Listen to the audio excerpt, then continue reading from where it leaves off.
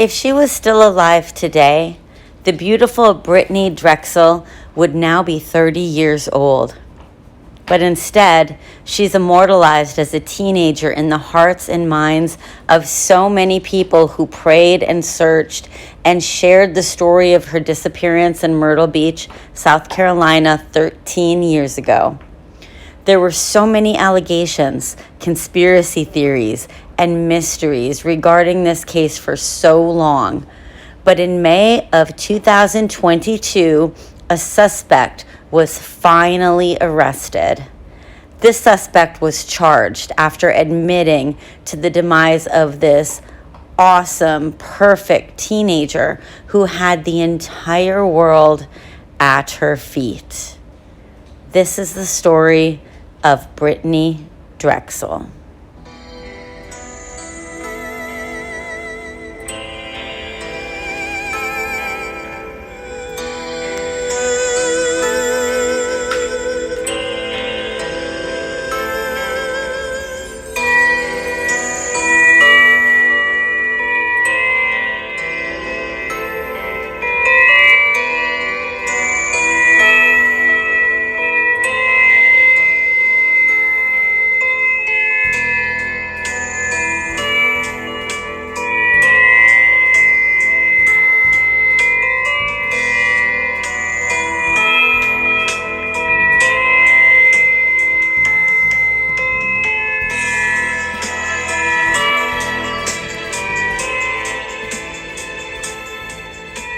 Hey there, everybody. This is Kimi, and welcome to a brand new episode of the Always Talking Crime podcast. Thank you for being here. I love that you're here.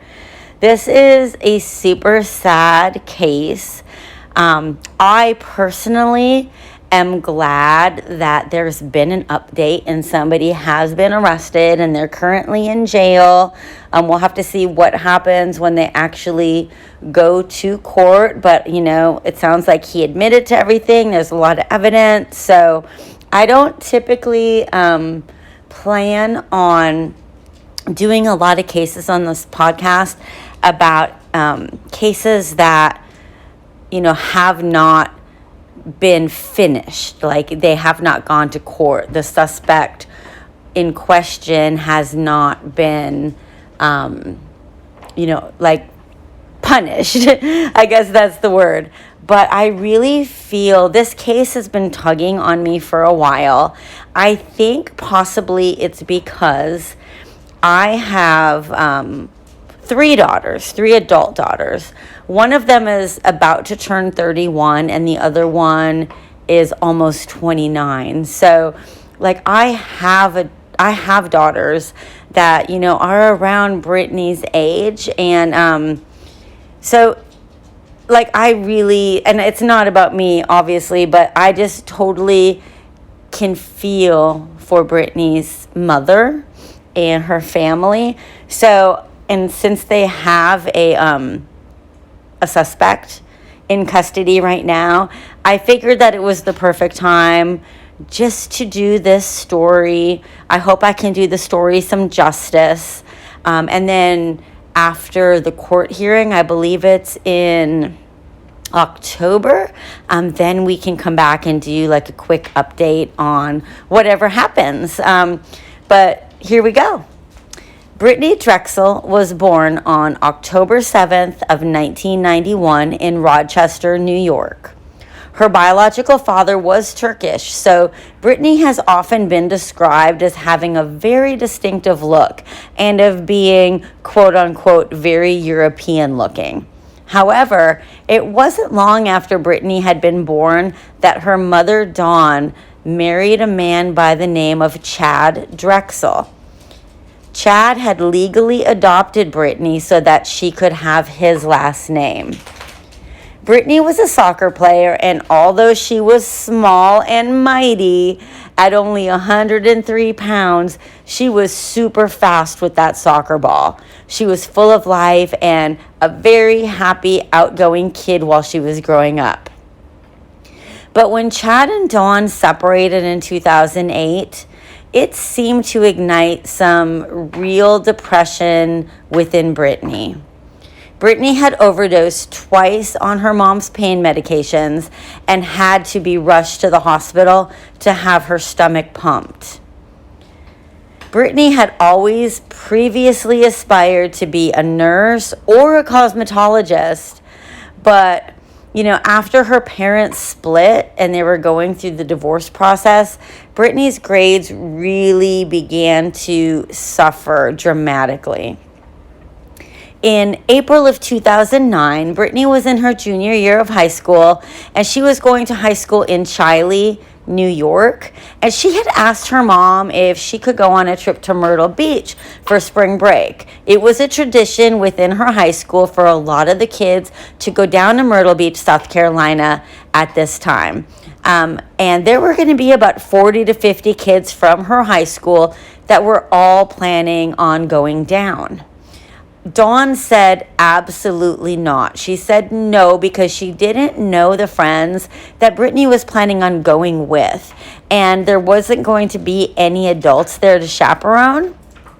So Brittanee had a super difficult time accepting this answer, as like most teenagers would. I mean, I remember being a teenager and going back and forth with my mom. I remember she wasn't going to let me do something that I really, really wanted to do, and I was on her case for days, thinking that the more I fucking bugged her about it, that she would eventually give in. But good on Brittanee's mom, Dawn. She did not give in. She just really felt that it was an unsafe situation, that, it was not in Brittanee's best interest to be, taking this trip. I think it was like a 14-hour drive from their hometown with kids that Dawn didn't even know. So I totally, absolutely agree with her. I would have said the same exact thing. But they were fighting about it for a few days. Finally, on April 22nd, though, Brittanee seemed to have given in and taken her mom's no for an answer. And she asked her mom if she could instead go stay at a friend's house for a couple days locally. Her mom allowed her to do that, but she had no idea that Brittanee was actually going to go against her wishes and go on that trip to Myrtle Beach with her friends anyway.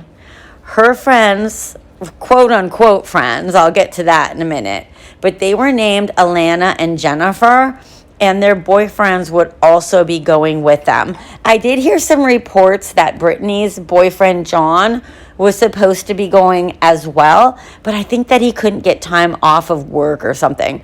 But anyways, Brittanee told John what her true plans were, and he was actually supportive of her decision to go, even though he couldn't go. He thought that it would be good for her to get out of Rochester and Chile for a few days. He knew that she had really been struggling with her mental health and her depression since her parents had split up. So, on April 22nd at 6:30 p.m., Brittanee left town with her friends, and she was texting back and forth with John the whole time. She told John that they were going to be staying at a hotel called Bar Harbor Hotel, which was located right on the beach. The first night there was spent at some of the local hotspots where they allowed kids as young as 17 to enter, and they tended to turn a blind eye to the drinking age requirements. Brittanee told her boyfriend that she was having a great time and that the weather was wonderful. Meanwhile, she was texting her mom, telling her mom that she was busy watching movies with her friends. The next day, Brittanee's mood began to change as she texted back and forth with John, and she confessed to him that she was beginning to feel a bit alienated by her friend group.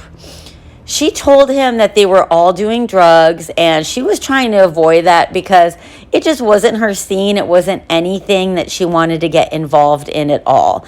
And I kind of wonder if Brittanee knew about their drug habits before they left, because I kind of think that if Brittanee might have known that those were the type of kids and the type of things that they like to do, maybe she wouldn't have decided to go. So this may be like a totally like surprising thing for her to find out. And then too, like being a kid, like I remember being a teenager. I remember my kids being teenagers. There's a lot of peer pressure out there. I'm sure that Brittanee just wanted to be liked. And I have a feeling that Alana and Jennifer were maybe like the popular kids. And even though Brittanee was like well liked and, you know, great at soccer and everything, it's totally normal for teenagers to try to do everything that they can to be accepted by like the quote unquote cool kids. So I don't know anything about Alana and Jennifer, but just thinking about it, I'm kind of thinking that, you know, Brittanee didn't know them as well as she should have, you know, to go on that long trip with them. Because I'm going to like tell you more about these two girls, and like I am not a fan. Let me just tell you that. But anyways, she didn't want to be involved in the drug usage. So instead, Brittanee began to go out all by herself, walking to a restaurant alone and then walking on the beach alone. And this was definitely not ideal when you're only 17 years old, 103 pounds soaking wet, and a very attractive girl like Brittanee was. Brittanee happened to run into another friend that was from Rochester, and his name was Peter Brosowicz. Peter was a 20-year-old nightclub promoter who was also down in Myrtle Beach for spring break festivities.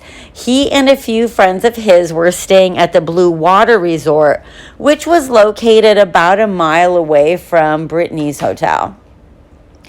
On the afternoon of April 25th, so this was just 3 days after Brittanee secretly left New York, Brittanee's mom and sister called her to tell her about a new pair of soccer cleats that they had just gotten for her.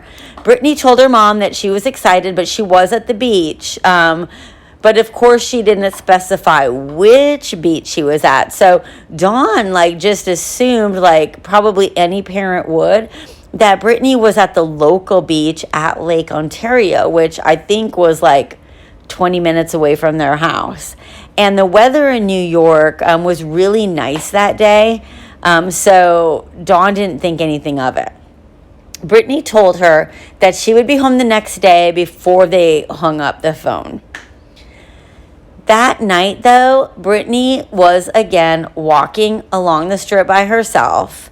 Of course, she was getting some cat calls from creeps passing by. And of course, it was beginning to make her feel really uncomfortable. Like, I don't even understand why guys do that. Because if you do that, like, if you're a dude and you're listening and you've ever done that, you're like, damn, I do that all the time. We don't like it. It's not going to make you attractive in our eyes. We're actually going to think you're a disgusting creep. So don't do it anymore. All right. So anyways, Brittanee asked this guy that she ran into if he would walk with her to make her feel safe. Now, don't be scared, because this guy was absolutely harmless. He was a guy from the Midwest. I think he was from the Chicago area, and he is not at all a suspect in this story. This guy ended up walking Brittanee back to her hotel, and she even invited him to come up to her room. So thank God he was a nice guy. I mean, Brittanee's just like any other teenager. I remember being this way myself. Like, you don't think of the consequences if you're talking like to the wrong person. So she's just happy-go-lucky and very trusting. But as far as this guy is concerned, you know, he did good by her. Okay, there's so many things that could have gone bad, but none of those things went bad. He ended up walking her back safely. They chatted for a bit when he went up to her room, and he even had some video footage that he took of her on his phone. And there was one video of her just laughing. They sat on the balcony talking and were just hanging out for a bit before he left to go back to his own hotel.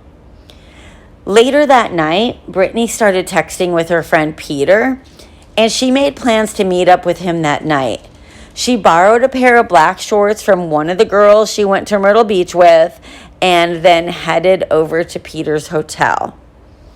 At around 8 p.m., she texted John to tell him that she was having a fucking miserable time, and she told him that she was walking back to her hotel.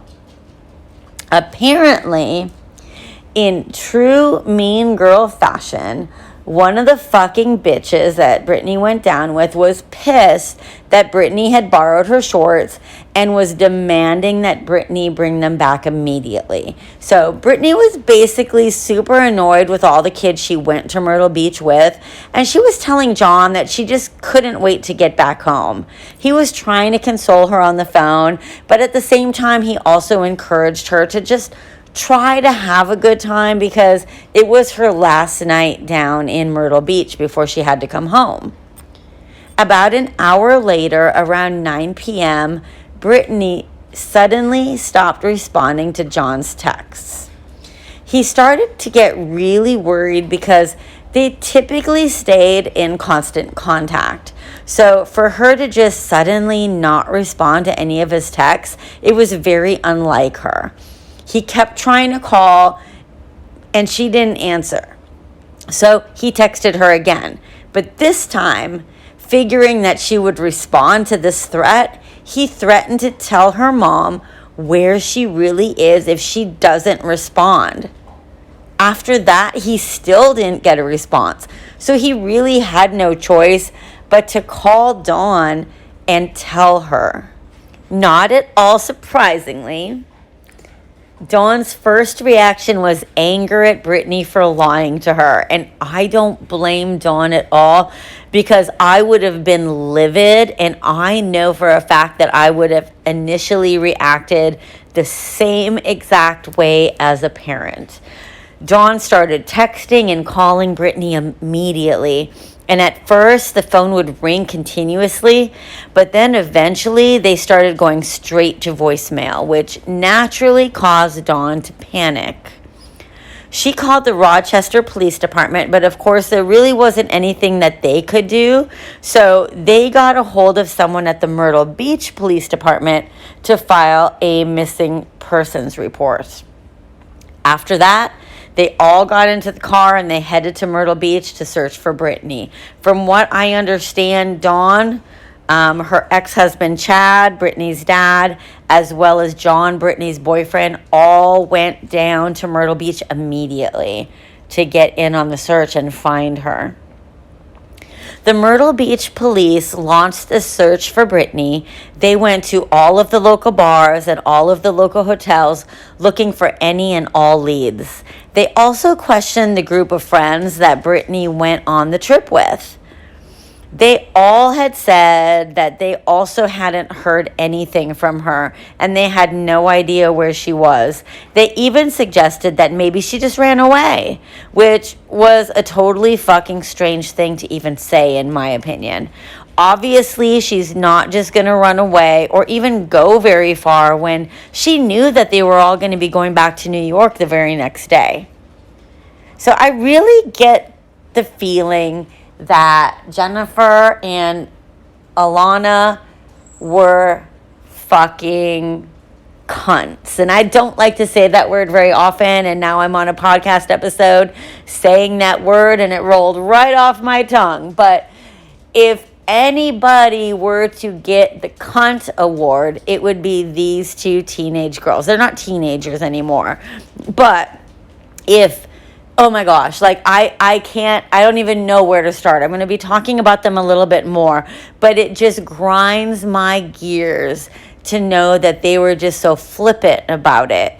And they didn't even give a shit. Like, they were literally I heard that they were getting a whole different hotel room when Brittanee was out. That's what their plans were. They were not just going to get another hotel room at the hotel that they were all staying at. They were leaving Brittanee at that hotel, and they went and got an entirely different room at an entirely different hotel to stay at that final night, which is fucking weird. Like, why the fuck? Like, were they pissed at Brittanee because Brittanee didn't want to do drugs? And what the fuck does it matter if Brittanee's wearing a pair of her shorts? So for like Jennifer to like fucking freak out and say, bring me those shorts back right now. I mean, yeah, she's a teenage girl, and I guess that's something that some teenage girls do. But it was totally mean. It was totally uncalled for. And, you know, it's not this girl's fault that something happened to Brittanee. But then again, I feel it kind of is, because if she didn't have to turn around and go bring those fucking shorts back to that fucking you know what, then Brittanee perhaps would still be on this earth with us, okay? So, I just had to say that, because that is the part of the story that makes me so fucking brutally angry. Like, and I'm going to talk more about those two girls in a little bit, but anyway, let me move on before I start breaking shit. On April 27th, police got a lead on that one friend named Peter Brosowicz, who was the last known person to have seen Brittanee. They found out that he and his friends had all left Myrtle Beach to go home to Rochester, New York at about 2 a.m. the night that Brittanee went missing. They had even left clothes behind, and they didn't even bother getting their deposit back from their room, which is totally weird. Like, who's not going to want to get their money back, you know? According to Peter, though, the night that Brittanee went missing, she arrived around 8 or 8:15 p.m., but shortly after she got there, she had to leave to return those shorts to her non-friend. The CCTV footage from the hotel verified his story. It showed her arriving in the hotel lobby and leaving alone shortly afterwards at 8:48 p.m. Peter got an attorney before he was willing to talk to police, but he was fully cooperative with them. He told the police that the reason they left abruptly that night, like in the middle of the night, was because the mother of one of his friends was pressuring them to come home. Police investigated his story and it all checked out, so they ruled him out as having anything to do with Brittanee's disappearance. In addition, that guy who walked her back to the hotel the previous night came forward to police with that cell phone video footage he had taken of Brittanee. He was also fully cooperative and handed over any and all information that he possibly could. He told them that Brittanee was super unhappy because she wasn't getting along with the girls that she came to Myrtle Beach with. He even went as far as taking a polygraph test, and he passed it. After that, he was also immediately cleared as a person of interest. Police got a hold of Brittanee's cell phone records, and they were then able to track her whereabouts the night she went missing, at least up until a certain point. Every time someone had called her phone that night, her cell phone would ping at the nearest cell phone tower, and that gave police an idea of her route.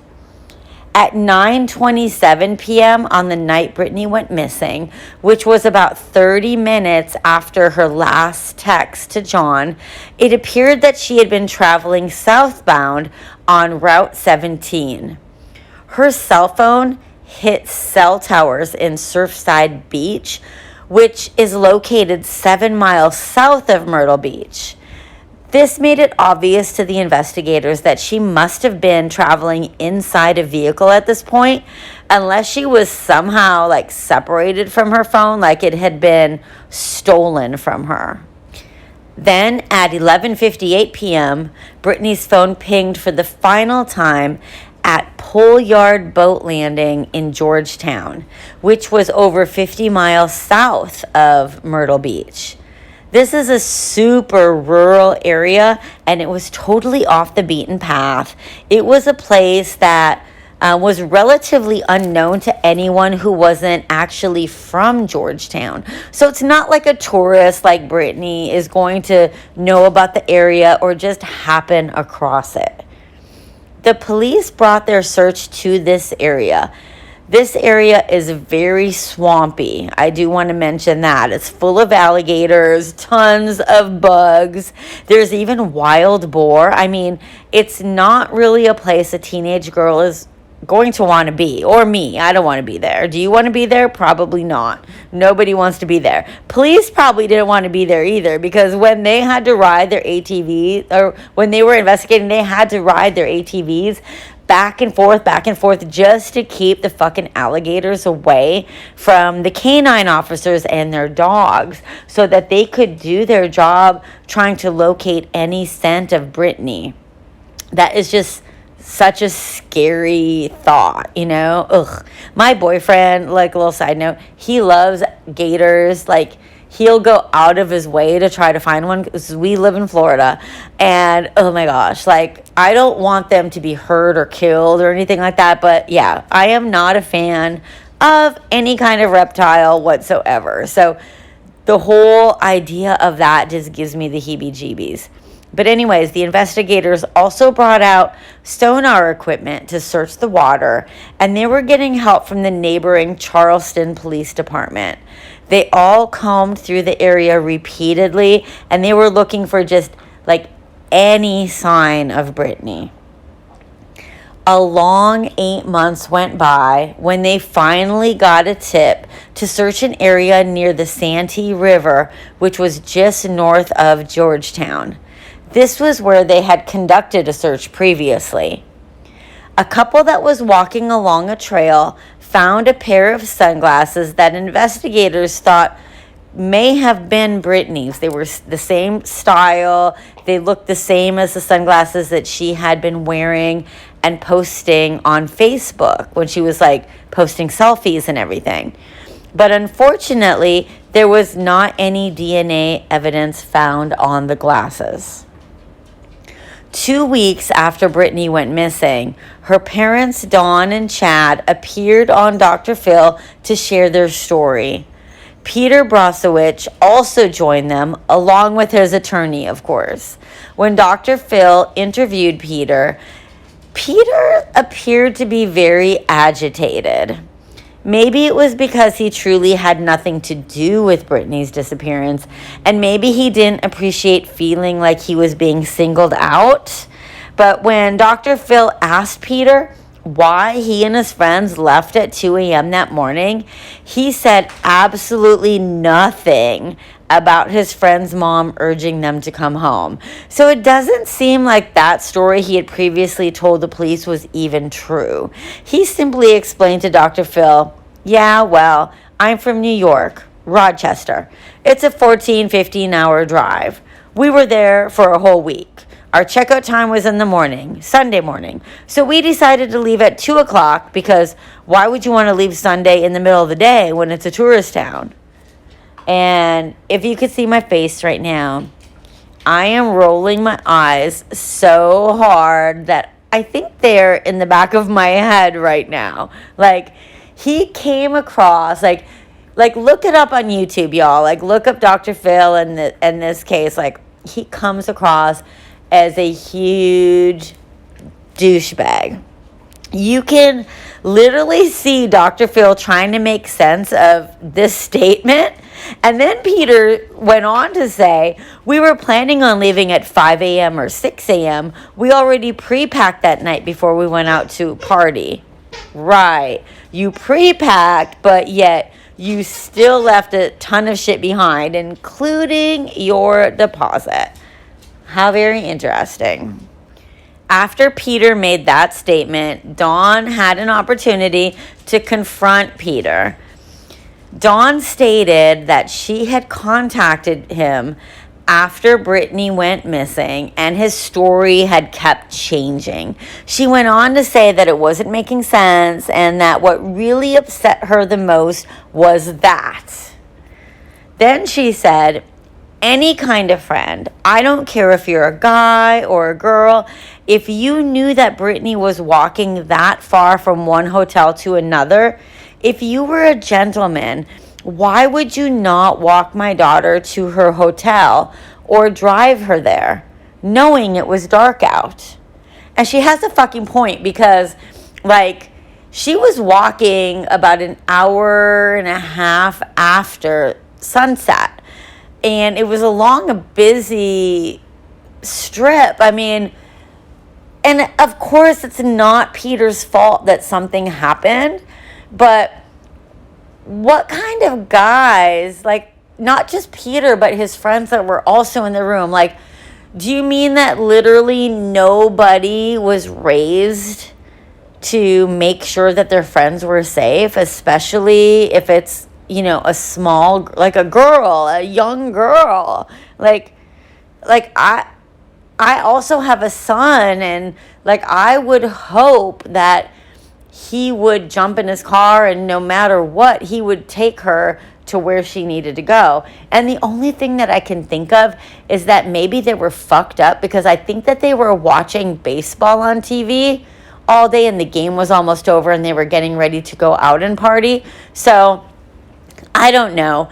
I guess if they were drunk, and they shouldn't be driving either. So either way, whether they're drunk and, you know, they shouldn't drive, or whether they're not drunk and they don't drive, is kind of like a half a dozen piles of shit in one hand and 6 piles of shit in the other hand. You know what I mean? I don't know. I mean, so much, though, could have changed if somebody would have just driven Brittanee's ass back to that hotel. But anyways, Peter did respond to that statement, and he was clearly annoyed.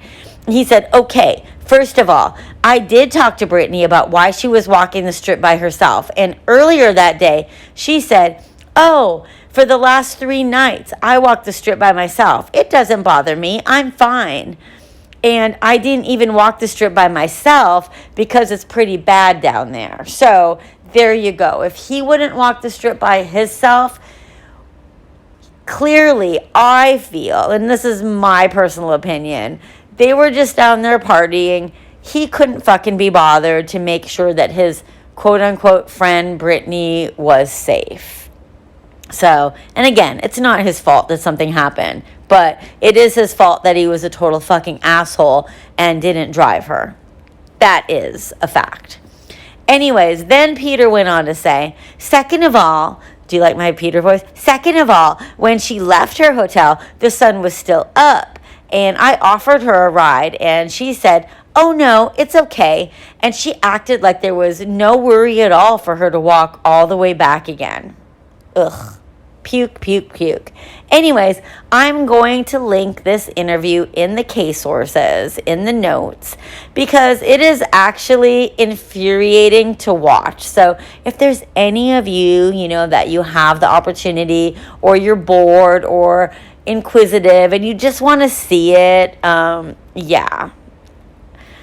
Peter's, ugh, yeah, that's all I can say. But anyways, Dr. Phil and Brittanee's parents were asking Peter very simple and like obvious questions about what had happened that night and why he made some of the choices he made. And he just sat there like cracking his knuckles. He was clenching his fist. You can clearly tell that he's getting all Guido angry at the implications against him. I don't know. And like, ugh. Brittanee's dad asked him why he didn't just man up and take Brittanee back to her hotel, especially knowing that she had just had an argument with her friends over the fucking shorts. Peter admitted himself that it was dangerous on the strip, and Peter's only response to Chad was, okay, first of all, I'm on spring break. I'm not there to babysit anybody. And, you know, that's correct. I mean, he's an adult. Brittanee didn't go down with him. So I don't want to shame him for that, because while it sounds selfish, it like, honestly, that is accurate. I mean, Brittanee didn't travel down with him. They just happened to meet up. So in all fairness, that is correct. So I don't know. I think he's a douchebag. I don't know. It wasn't his responsibility to look after Brittanee, but I'm just so disappointed that he didn't. You know what I mean? I don't know. He should have been more protective over Brittanee's safety, in my opinion. I don't know. Whatever. So, an interesting note to add is, to this day, this infuriates me, guys. To this day, the girls that Brittanee traveled to Myrtle Beach with have still not spoken with anyone in Brittanee's family or offered any help to the family whatsoever. The friends Peter was with that night also haven't offered their help. Again, I don't want to shame anyone or place blame on anyone, but this is absolutely heartbreaking, disheartening, and downright like disappointing to me, because like I said, I'm a parent. Like, I would fully expect that friends or even acquaintances of my children would want to do whatever they could to help. So it makes me sick that there's people there that just don't give a damn if people they're traveling with are safe or not. I don't know. Makes me mad the more I think about it. But anyways, in June of 2016, the FBI held a press conference and they formally announced that they believed Brittanee was no longer alive.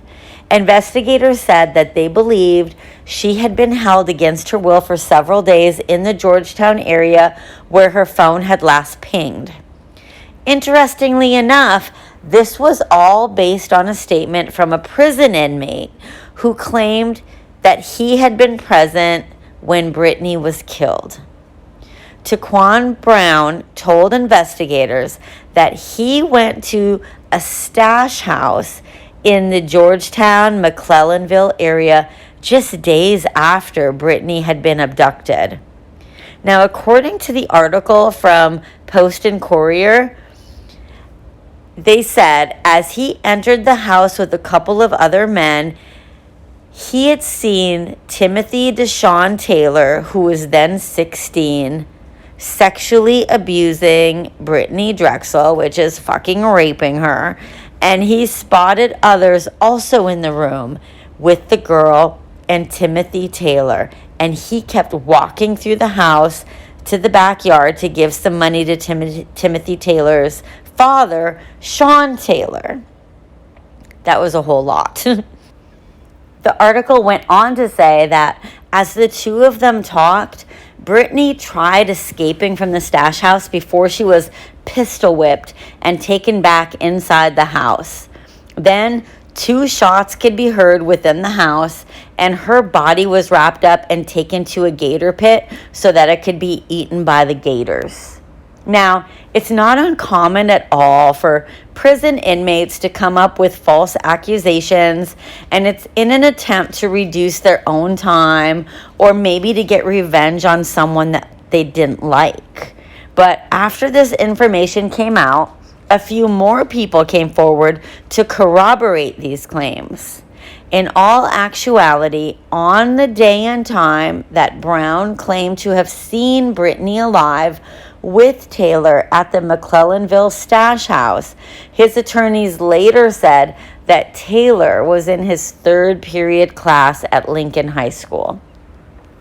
In an unusual attempt to get information out of Timothy, he was charged with parallel charges in a case he'd already served time for. I know you're probably thinking that this is a clear case of what is called double jeopardy.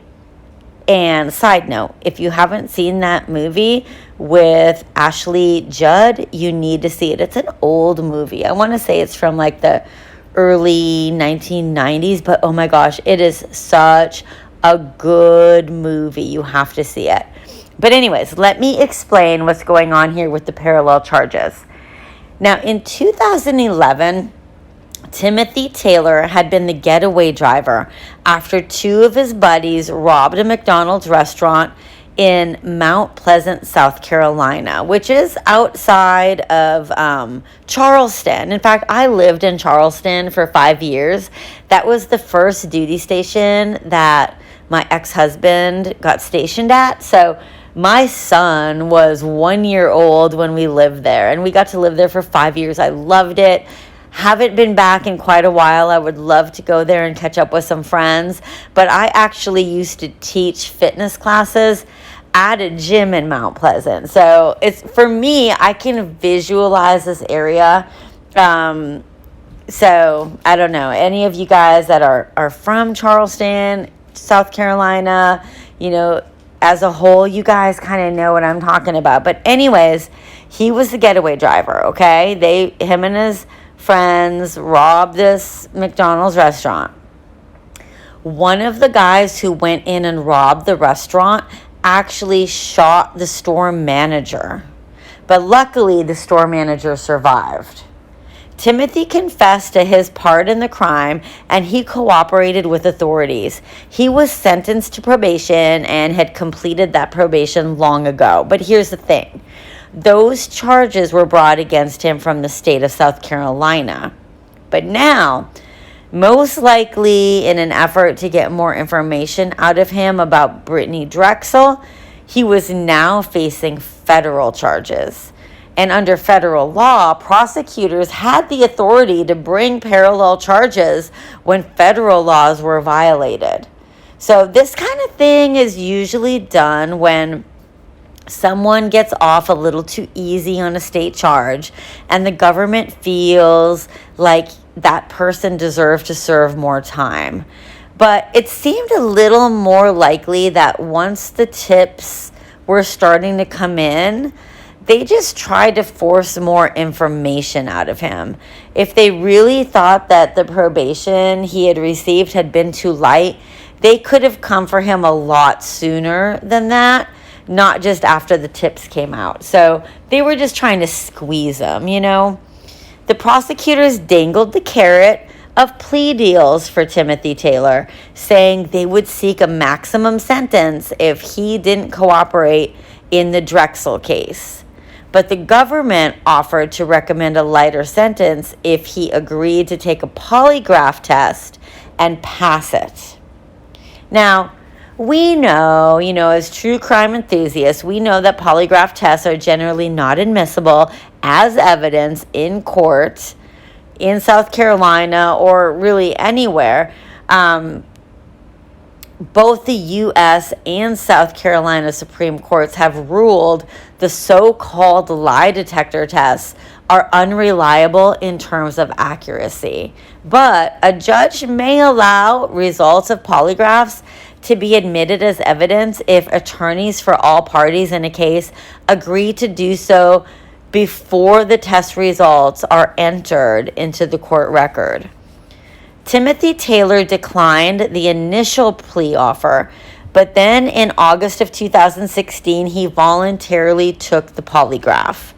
The results then were inconclusive, but federal prosecutors still proclaimed that he had showed deception throughout the test, even when answering his own name.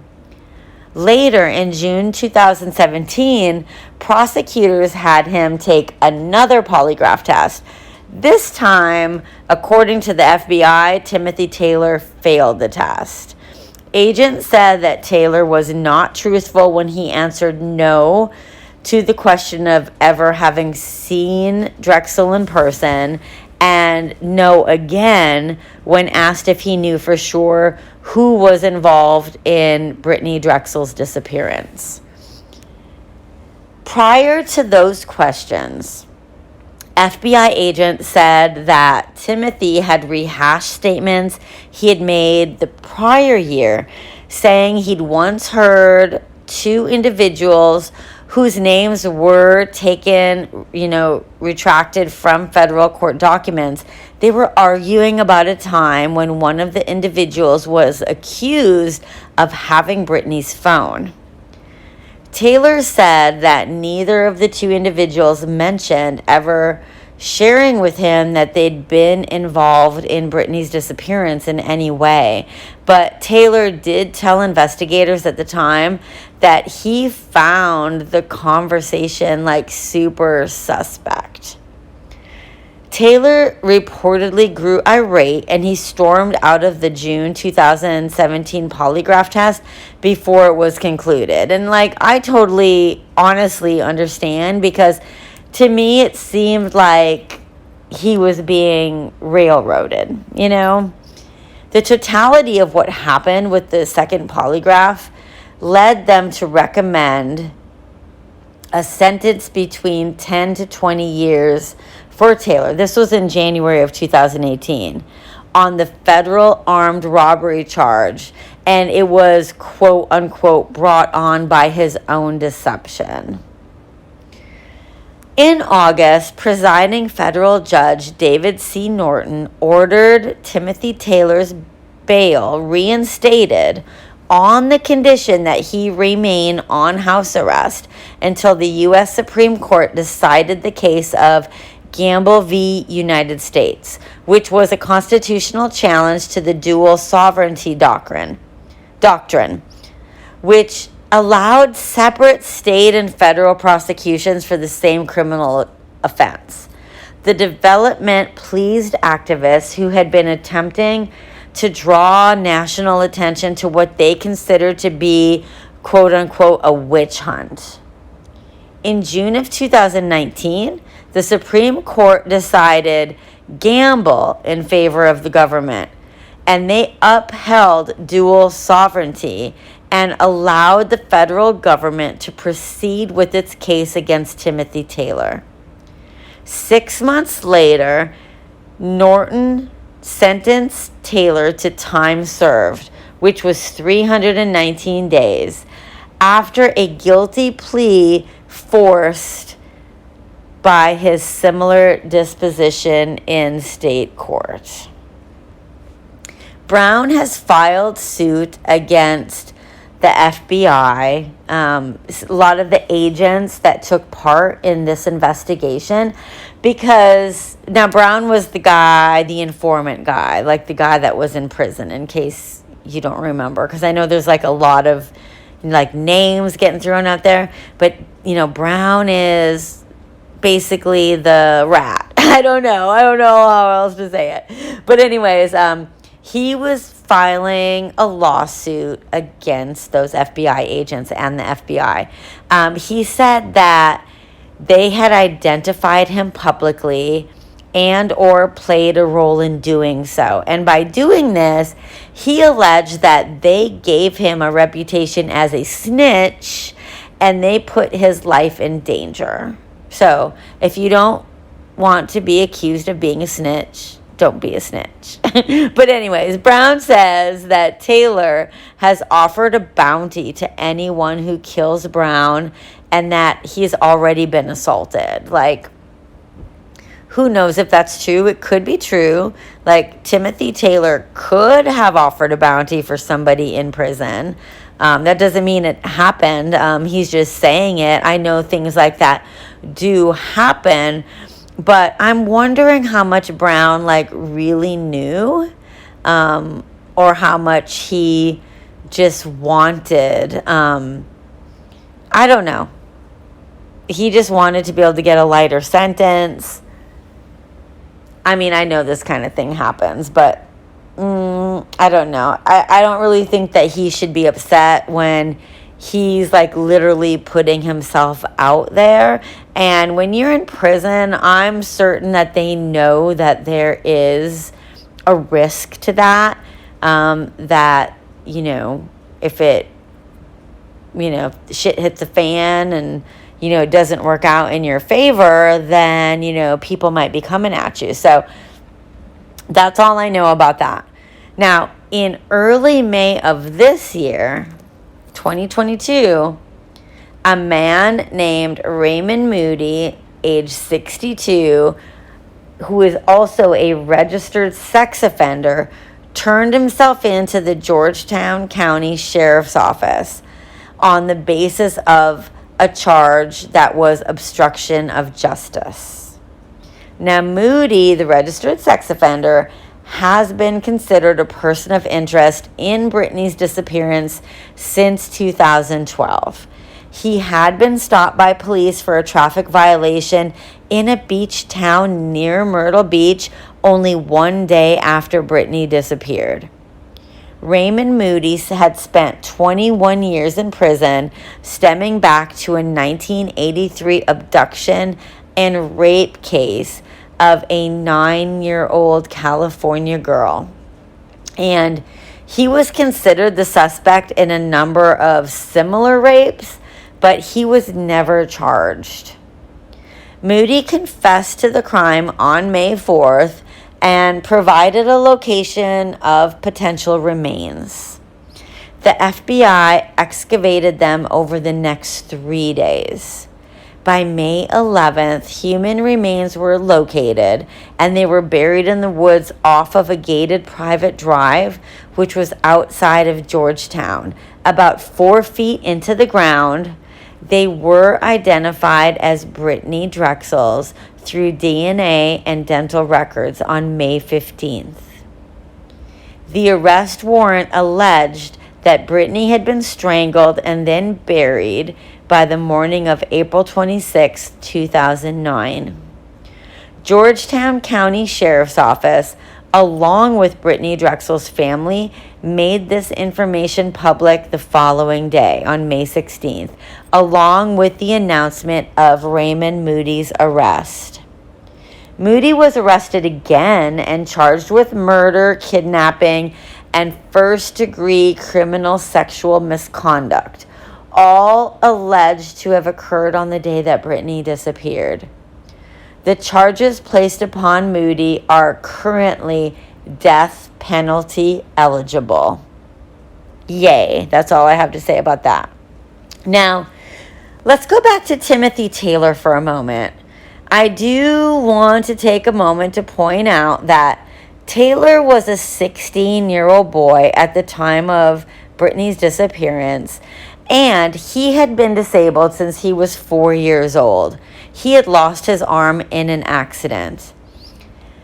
The FBI used his involvement in that 2011 robbery of that McDonald's to publicly squeeze him in the Brittanee Drexel case, although he always had maintained his innocence.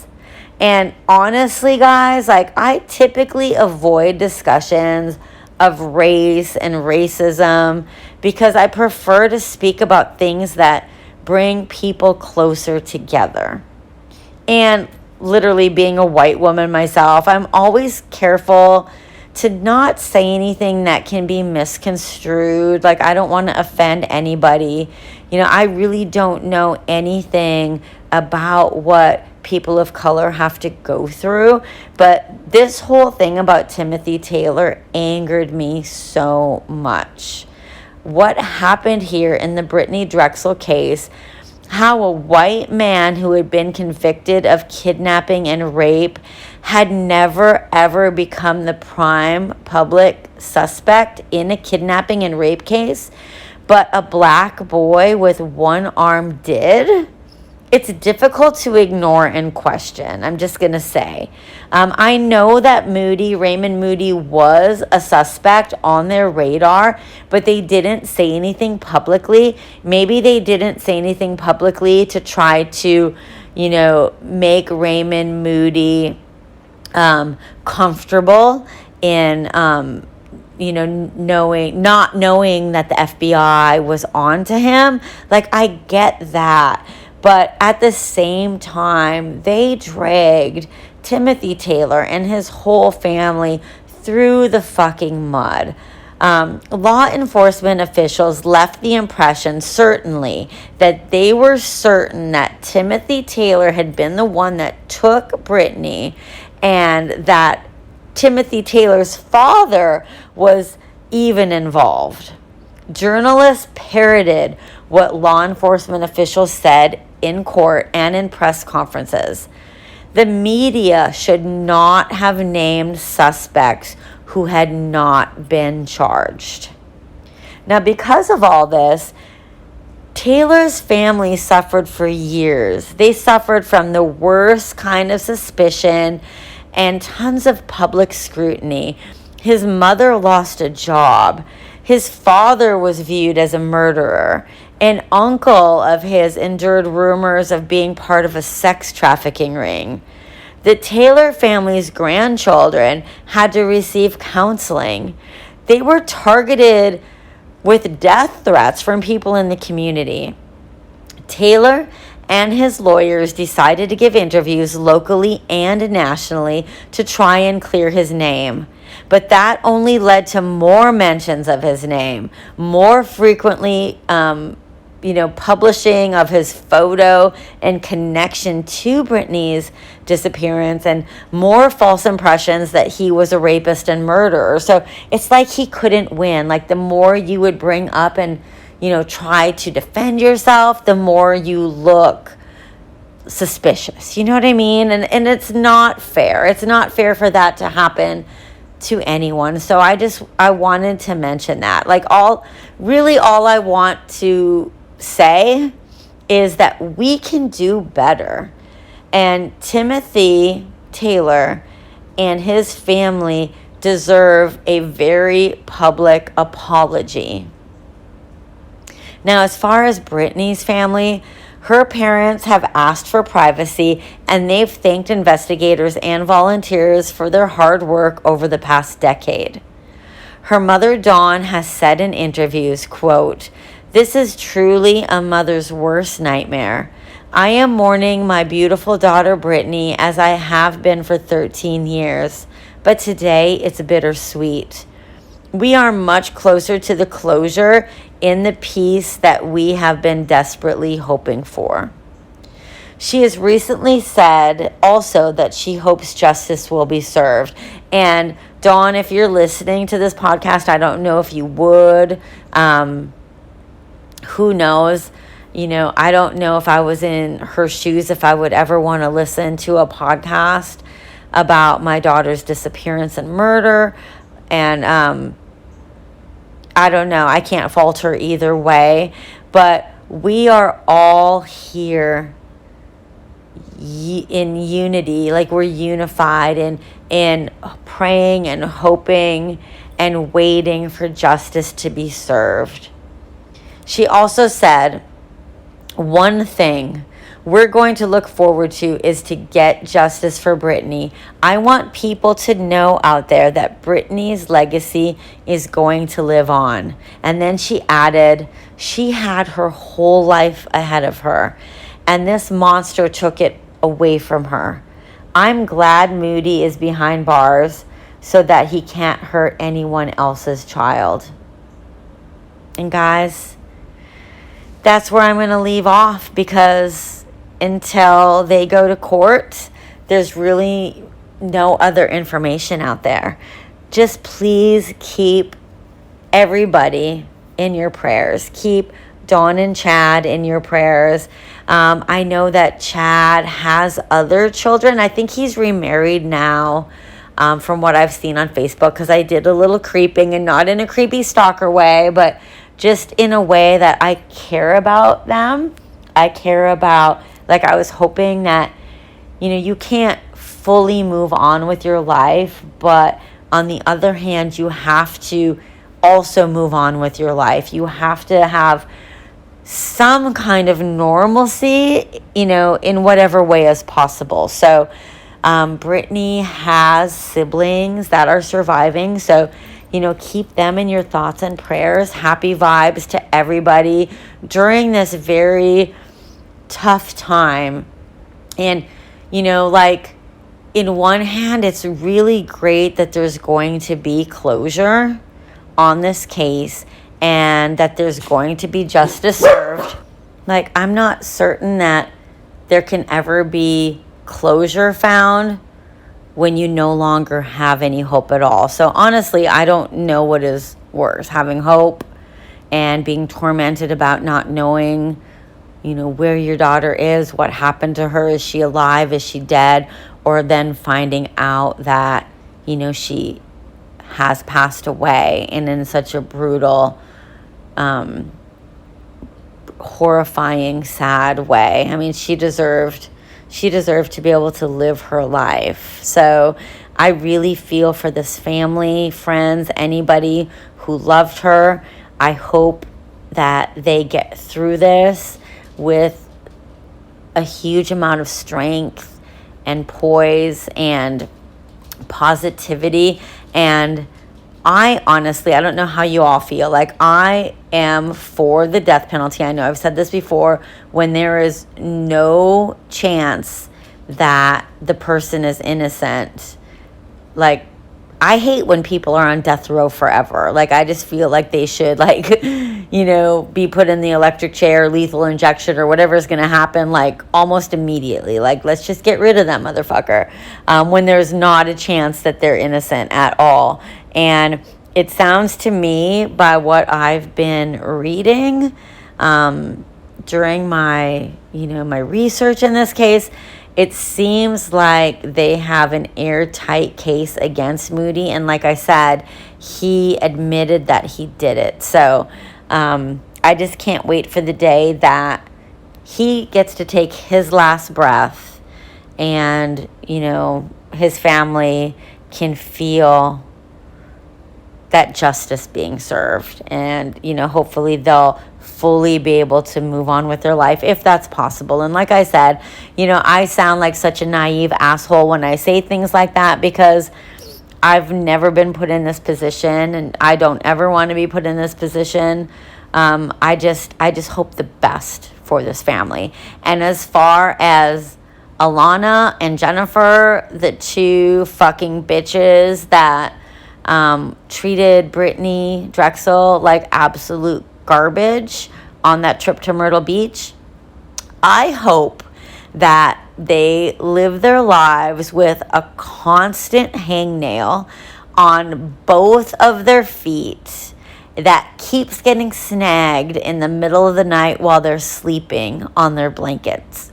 And it keeps ripping and bleeding and hurting. I do not want anything good to happen to them, because they sound like the two most horrible people that could have ever been in Brittanee Drexel's life. And she deserved better friends. She 100% deserved better friends than those two. And while it's not their fault that this happened to her, if they wouldn't have been such cunts about those shorts and just waited, then Brittanee would not have been walking. She would not have run across Raymond Moody. So it's not their fault, but it's their fault that they put her in that position to be taken and harmed. And, so anyways, guys, this was a rough one. Thanks for hanging in there with me.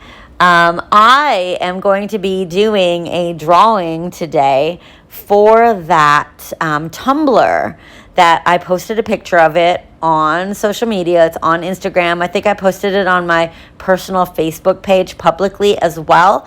So I'm going to do a drawing, and I will be announcing it on Monday. So you're listening to this on Sunday. So tomorrow on Instagram, I will be announcing who the winner of that is. So it's not made yet. Like, I have one and my boyfriend has one, and the woman here in Pensacola that's going to make the winner one, I have to wait and see who wins it, because it will say their name on it. So I have to find out who wins, and then she'll make it, and then we're going to have it shipped directly to the winner. So I am super excited, because with that said, we finally hit 1,000 downloads. Like, in the past, I would say 2 to 3 weeks, the podcast has really been growing, and there's been a lot more listeners from all kinds of areas. I'm seeing all these other states popping up in my insights, and guys, I get so excited. You don't even know. And I know I tell you all the time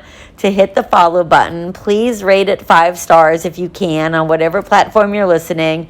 If you're listening on Apple, please go say a few words and leave me a review, because it allows this podcast to be seen easier just to anybody else that listens to other true crime podcasts. I know I've run across a few other great ones in the past, because my favorite podcasts would be in between episodes, and I would just need to find something else to like listen to, because I'm obsessed about listening about these cases. So that's how I would find them, because it would say, oh, if you love Wicked and Grim, you'll also love Killer Queens or whatever. So, and those are both really awesome podcasts that you could listen to if you'd like to. So guys, I love you. I appreciate you listening. I appreciate you following, rating, reviewing, spreading the word, sharing it with your friends. I know so many of you message me and are like, oh, I told my friend about your podcast, or oh, I love the latest episode, or oh, you should do this case. So keep all that shit coming, because I love it. All right, you guys. So I am going to let you go, but until next week, keep talking crime.